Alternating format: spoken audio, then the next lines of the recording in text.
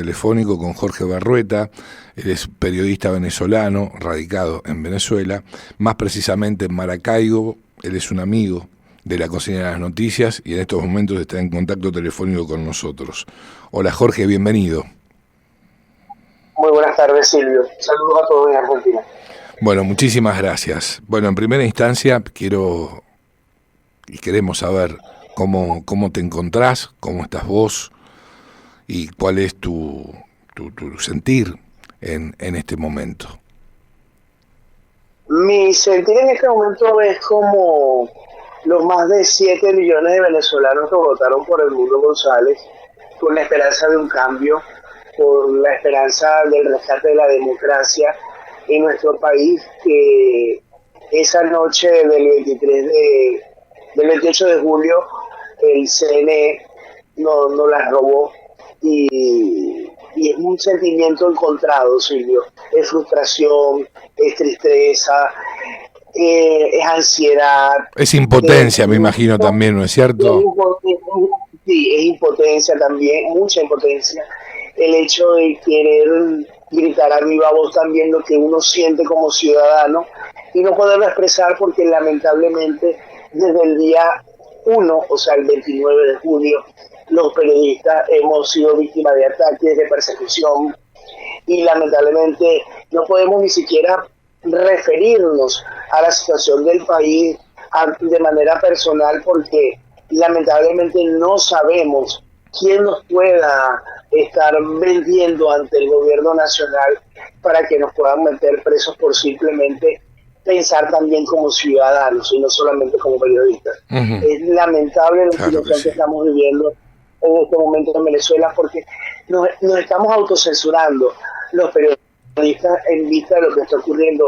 El día de ayer, en una de las concentraciones que se estaban realizando en Venezuela convocadas por la líder de la oposición, María Corina Machado, un grupo de periodistas fue asediado y seguidos por presuntos funcionarios del gobierno nacional vestidos de civil, quienes estaban fotografiando a varios colegas que estaban en esa concentración en la capital del estado Zulia, en Maracaibo, y es una situación que pone en riesgo, donde en este momento hay un colega que también está resguardando su integridad física por simplemente trabajar en un portal de noticias y que en este momento, hace escasos minutos, funcionarios del Servicio Bolivariano de Inteligencia llegaron a buscarlo en su residencia acá mismo en la ciudad de Maracaibo y estamos en este momento investigando todos los pormenores sobre lo que está ocurriendo en torno a ese colega y cuáles son las posibles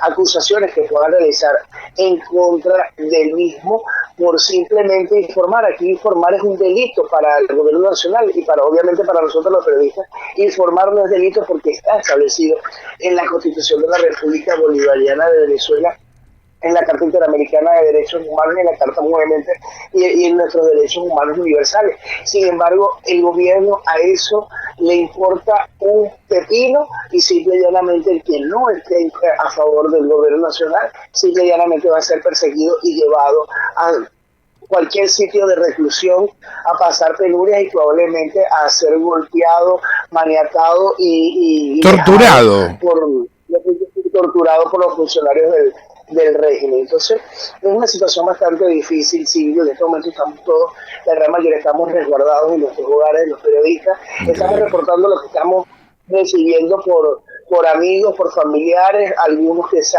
están turnando para salir en grupos, hacer recorridos por la ciudad, hacer recorridos para ver cómo está la situación y estar acompañados, no estar solos, porque corremos riesgo de que en cualquier esquina nos llegue una comisión de cualquier cuerpo de seguridad del Estado y puedan detenernos. Uh-huh.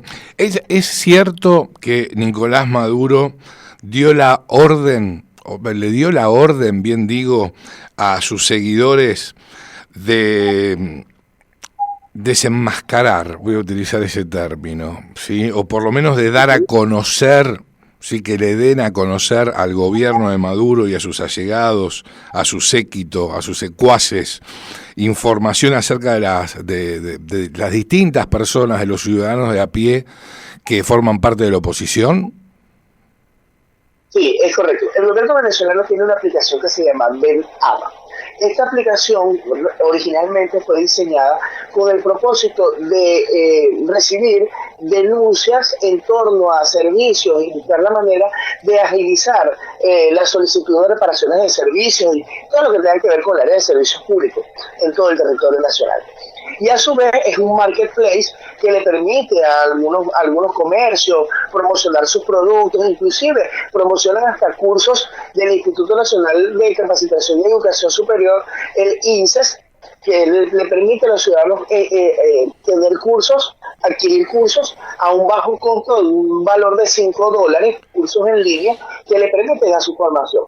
Sin embargo, dentro de esta aplicación hemos detectado que está también ahora la posibilidad de denunciar a aquellas personas que estén participando en guarimba o que simplemente estén hablando en contra del gobierno. Y está dentro de la clasificación ahora, dentro de la última actualización que hicieron de la BenAva. Esto es algo que realmente pone en riesgo la situación y la libertad de expresión en nuestro país. Lamentablemente la libertad de expresión en Venezuela siempre ha estado en riesgo, pero en esta oportunidad está a un paso de ser totalmente cegada por el uso de esta aplicación. Tú no sabes ahora con quién vas a hablar, con qué vecino puedes hacer algún comentario X, porque no sabes quién lo escuche, puede agarrar esta aplicación y simple y llanamente formular una denuncia y dar tus datos básicos y puedes llegar a tener lo que hemos llamado aquí la operación Tuntún, que ha estado ocurriendo, donde han llegado funcionarios del gobierno nacional, de las fuerzas de seguridad, han llegado a las puertas de hogares y se han llevado sin órdenes judiciales a las personas, entre ellos testigos, miembros de mesa, todo aquel que haya tenido alguna vinculación con el proceso electoral del pasado domingo y que maneje información de los números reales, está siendo detenido por los funcionarios del régimen. Jorge, ¿cómo estás? Javier Manzano te saluda. Saludos, Javier. Bien. ¿Qué información tenés sobre el paradero de Freddy Superlano y otras dos personas más, obviamente, bueno, que fueron detenidas el 30?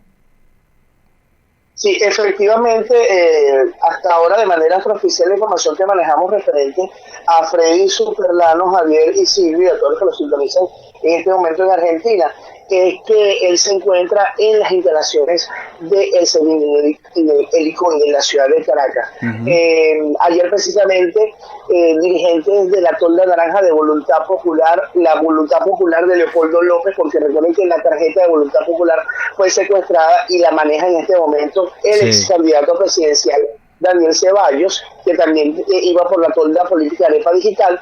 Ellos denunciaron que tenían miedo a que Freddy Superlano fuese torturado, que estaban recibiendo informes internos donde había sido amedrentado por los funcionarios del Servicio Bolivariano de Inteligencia SEBIN en el Helicoide. Sin embargo, hasta ahora no tenemos mayor información sobre el estado físico y de salud de Freddy Superlano y de las personas que le acompañaban al momento de la detención. Pero es importante destacar, Silvio y Javier, y a todos los que nos sintonizan a esta hora de la mañana, que en el corte que realizó Foro Penal hasta el día de hoy a las 9 de la mañana, 31 de julio, se llevan 429 arrestos verificados en todo el territorio nacional, siendo el estado Anzoátegui la entidad con mayor detenciones en este momento, con 99 detenciones, y el distrito capital con 80 detenidos. Y hasta el momento hay un saldo lamentable de fallecidos de 11 ciudadanos. Entre esos, uno de los primeros fallecidos fue el joven Isaías Fuenmayor, de tan solo 15 años de edad, ocurrido en el municipio San Francisco del estado Zulia el día lunes, cuando comenzaron las protestas en horas de la tarde-noche. Este joven estaba transitando por las inmediaciones de uno de los principales centros de votación que históricamente ha sido ganado por el oficialismo, y ahí se estaban concentrando los ciudadanos para protestar. Se presentó una reyerta, un presunto funcionario de una policía del Estado levantó un arma de fuego y lamentablemente el tiro llegó hacia el área del cuello, quitándole automáticamente la vida a este niño que enlutó la vida de sus familiares y que lamentablemente el Estado Zulia llora la muerte de este joven, que se suma a este saldo de 11 fallecidos en todo el territorio nacional, producto simple y llanamente de estas protestas en contra del fraude, del robo electoral, sí, que ha causado que ha llevado a cabo el gobierno de Nicolás Maduro. Es increíble la situación, Silvio, porque el ambiente que se vivía el día domingo durante el proceso electoral fue un ambiente de paz, de tranquilidad, a pesar de que se generaron ciertas situaciones y que también ciertas situaciones que son típicas, pero que a su vez el comportamiento fue atípico,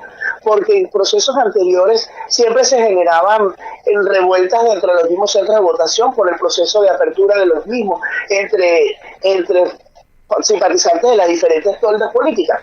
Pero en esta oportunidad el retraso fue por llegada de funcionarios del Consejo Nacional Electoral. Bueno, se aperturaban los centros un poco tarde, jugaban a cierto retraso, pero no hubo incidencias de violencia como en procesos anteriores, y eso llamó mucho la atención.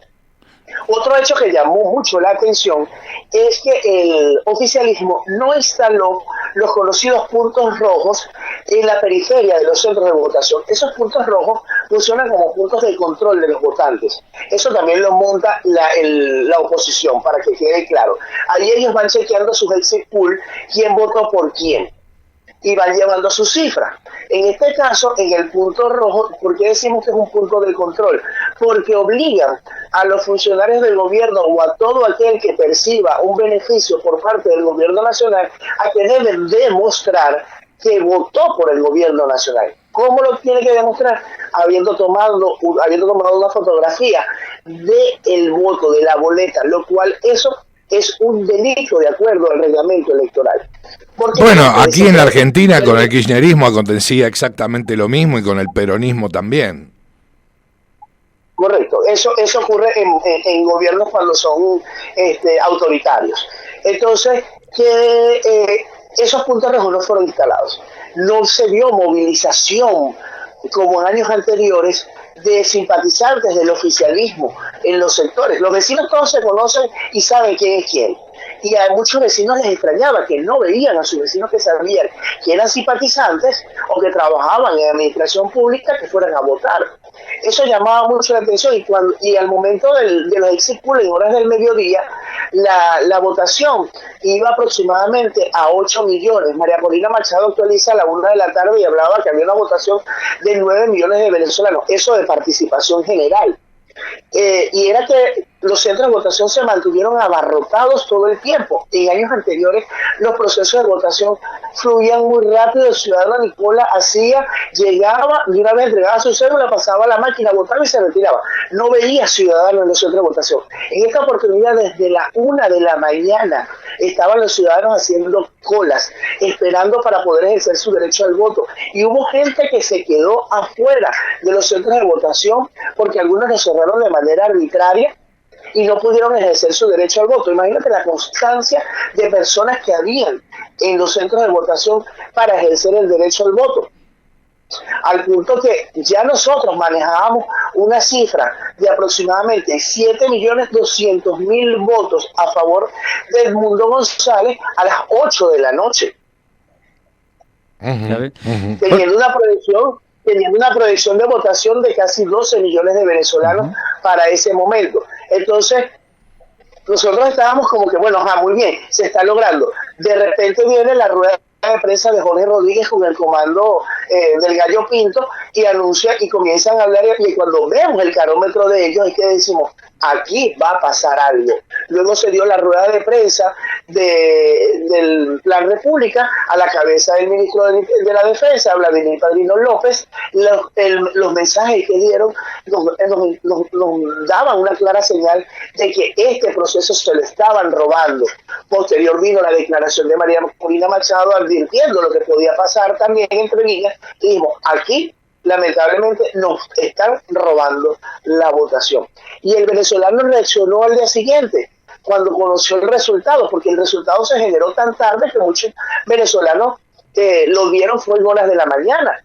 Por eso es que no hubo reacción. Y el escrutinio duró 5/6 horas. Así estuvieron pergeneando todo este fraude, indudablemente. Correcto. Entonces, el venezolano no se enteró. El que pudo enterarse, obviamente, era el que estaba con la expectativa y aguantó el sueño para poder esperar el resultado cuando anuncian un resultado de 5.150.000 votos a favor de Nicolás Maduro Moro, con una media de 2 millones y tantos para Edmundo González Urrutia. Entonces, de 4.445.000 votos, para Edmundo González Urrutia, y entonces todos quedaron así, y un 4.60% distribuido entre todos los partidos minoritarios que también participaron en el proceso de elección con sus candidatos, los 9 otros candidatos que participaron en el proceso. Entonces, todos quedamos así como que ya va, esto no coincide, no cuadra esta cifra. Y primera vez en la historia electoral de Venezuela que se emite un primer boletín con el 80% de las actas. Mientras estuvo Tibisay Lucena al frente, la distinta rectora del Consejo Nacional Electoral, Tibisay Lucena, al frente del Consejo Nacional Electoral, el boletín que se emitía con el 99% de las actas. Solo quedaba un 1% por explicar. Y era el anuncio que Tibisay era, porque lo decía ya con una tendencia irreversible. En esta oportunidad nos lo dieron con 80%. Se presentaron 2 paralizaciones del envío de datos en el transcurso de la noche para que ningún partido político de la oposición y el Comando Venezuela obtuviera la información de lo que estaba ocurriendo. Se le negó a los testigos de la oposición la copia del chorizo que emite la máquina de votación, cuando eso está contemplado dentro del reglamento electoral. Los mismos funcionarios del Consejo Nacional Electoral que estaban allí les negaron la entrega de esas actas a los miembros, a los testigos de los partidos de oposición. Se presentaron esas irregularidades. Algunos lograron obtener las actas, otros no las pudieron obtener, y es por eso que cuando María Corina Machado dice tenemos el 73% de las actas, y da un número contrario al que anuncia el Consejo Nacional Electoral, y es por eso que se está pidiendo que se auditen los datos y los números que está manejando el CNE y se comparen con los que está manejando María Corina Machado. María Corina Machado es una mujer que viene de trabajar con Súmate durante años, que es una institución, una ONG que ha trabajado a la par de los procesos electorales para que sean transparentes, y ahí están publicadas, hasta este momento ya llevan publicadas el 80% de las actas. Hay ciudadanos que están siendo perseguidos en este momento por el gobierno nacional, que fueron elegidos por el Consejo Nacional Electoral con tendencia oficialista, que están dándose cuenta que el gobierno cometió un fraude y han salido a entregar de manera espontánea las actas que ellos se quedaron en su poder. Actas que no le entregaron a la oposición, y se las están entregando en este momento al Comando Venezuela para que realmente demuestren el fraude que ocurrió aquí en el territorio venezolano en este proceso electoral. Y estas personas están siendo en este momento perseguidos, asediados y detenidos por los funcionarios del gobierno nacional.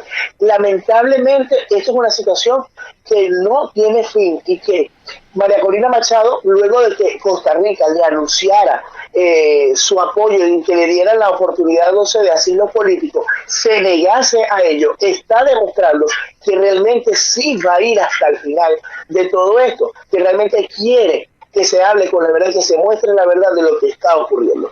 ¿Qué va a pasar en las próximas horas? ¿Qué va a pasar en los próximos días? Se habló, vimos el tuit de Pancho Santos desde España diciendo que habían presuntos ingenieros chinos en el galpón de filas de Mariche. Provenientes de Cuba, precisamente. Y de China, provenientes de Cuba y de China, en el galpón de filas de Mariche, en la ciudad de Caracas, donde se almacenan las máquinas de votación, donde estarían supuestamente trabajando las actas que van a presentar a la población. Eso es una denuncia muy grave. Y hoy, el día de hoy, el presidente Nicolás Maduro, porque todavía tenemos que llamarlo presidente, introdujo ante el Tribunal Supremo de Justicia un recurso de amparo, con lo que busca es entonces generar un desequilibrio institucional. Increíble, en este momento de magnitud, de magnitud. Ahora, con respecto a lo que comentabas a raíz de, bueno, de las actas electorales apócrifas, por cierto, que está preparando el gobierno de Maduro, la dictadura del asesino de Maduro, bueno, allí también estarían, como bien dijiste, los chinos, ¿sí? Preparando la impresión de estas actas electorales para presentar ante delegados internacionales con el objeto de legitimar de esa forma este megafraude electoral, ¿no es cierto? Javier Manzano te va a consultar. Jorge, los 4 vuelos que despegaron de La Habana hacia Caracas, ¿está relacionado justamente con estos chinos, coreanos, no sé, que van a imprimir las actas justamente ahí en Caracas?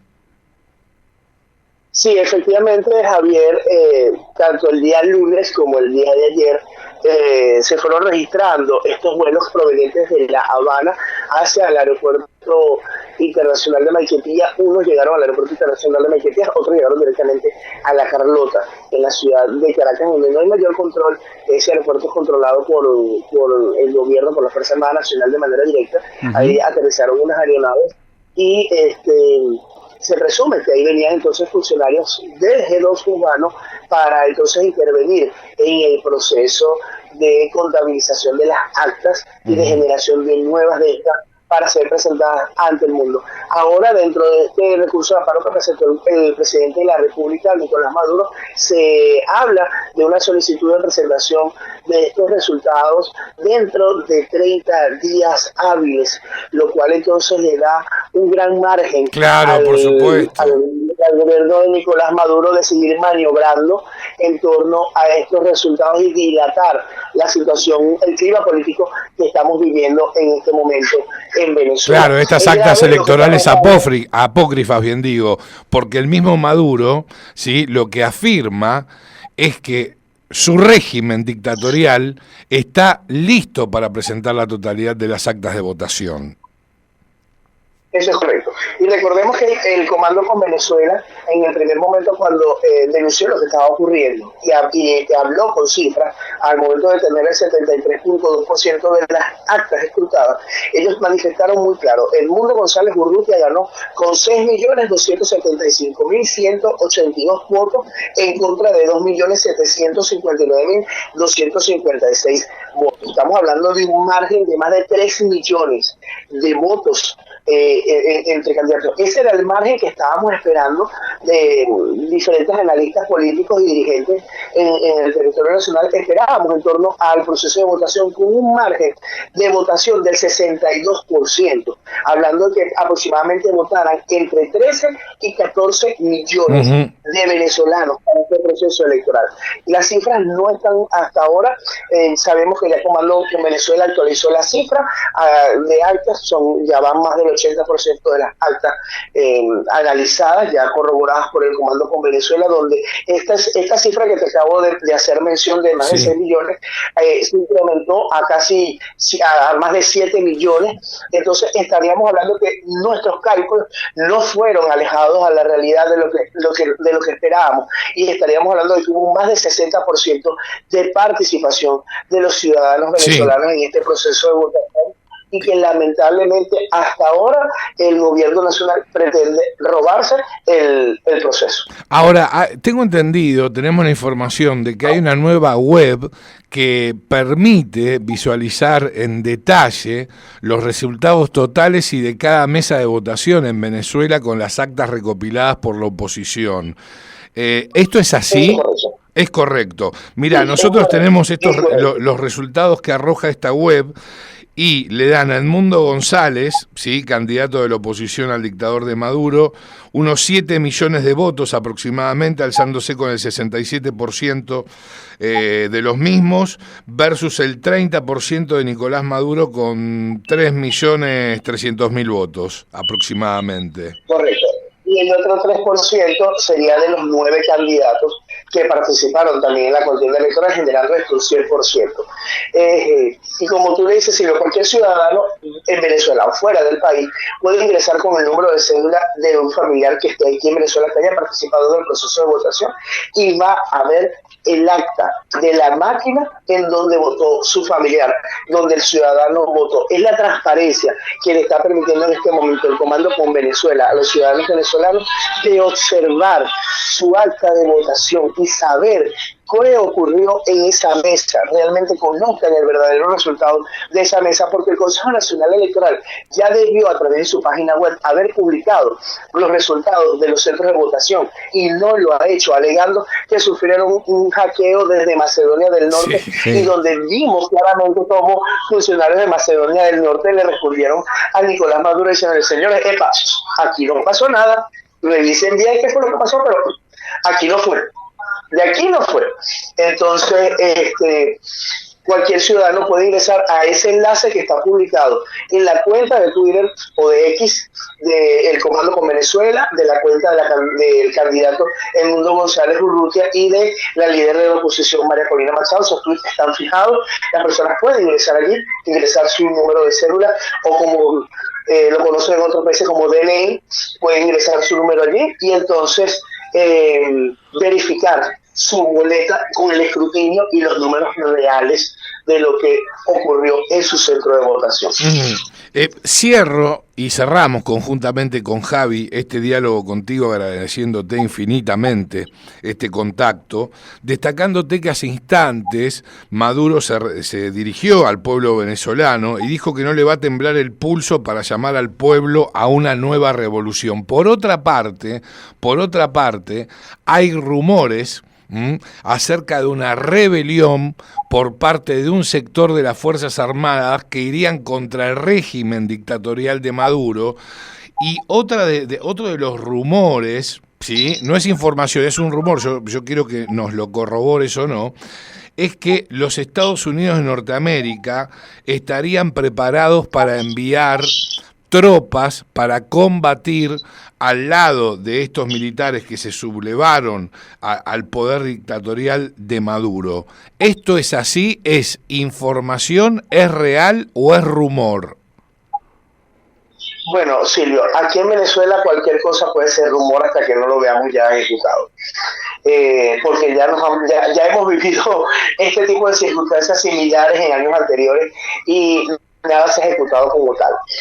Sin embargo, sí hemos visto a través de las redes sociales movimientos de tropas militares en la frontera con Colombia y en la frontera con Brasil. Personas, ciudadanos que están en las áreas fronterizas que están mostrando imágenes de sobrevuelos que están ocurriendo en esas áreas y movimientos de funcionarios que no sabemos si se están disponiendo en este momento para entrar a Venezuela o es para simplemente comenzar un proceso de amedrentación política, geopolítica como tal internacional, para ver si Nicolás Maduro depone y decide salir sin necesidad de usar las armas, por supuesto, y sin necesidad de llamar a un río de sangre en las calles de Venezuela. Nicolás Maduro no lo ha descartado en su mensaje. Bueno, sin ir más lejos, dijo que no le va a temblar el pulso para llamar al pueblo, para convocar al pueblo, para que se dé una nueva revolución. Eso es lo más cercano a la posibilidad de un baño de sangre en Venezuela. Correcto, correcto. Entonces, es probable que pueda ocurrir. Hemos visto cómo lamentablemente ya han fallecido 11 ciudadanos, más de 429 personas detenidas, que llevamos registradas a través del Foro Penal y que no sabemos realmente cuántos más puedan estar detenidos en este momento. Y es una situación bastante inestable. ¿Qué puede ocurrir? Vimos cómo esta senadora, esta congresista de Estados Unidos amenazó nuevamente con que si le tocaba un cabello a María Corina Machado, Venezuela conocería, o el régimen de Venezuela conocería el verdadero poder de Estados Unidos. Es una promesa que ocurrió con Juan Guaidó en su momento, donde prometieron que si le tocaba un cabello a Juan Guaidó, veríamos el verdadero poder de Estados Unidos, y hasta el momento los venezolanos seguimos esperando ver el verdadero poder de Estados Unidos. Un poder que algunos dicen se vio con Osama Bin Laden con un simple dron, y aquí ni siquiera con una simple piedra se ha logrado ver. Bien, Jorge, te agradecemos infinitamente, te pedimos que te cuides mucho, por favor, y vamos a seguir en diálogo contigo para conocer el devenir de lo que acontece en Venezuela por estos días. Te agradecemos mucho, te enviamos un fuerte abrazo. Un placer y un abrazo para ti, Silvia, y para Javier, y a todos los que nos sintonizan en Radio Continental desde Argentina. Un abrazo grande, Jorge. Muchas gracias, abrazo gigante. Jorge Berrueta, periodista venezolano, radicado en Maracaibo. Exactamente.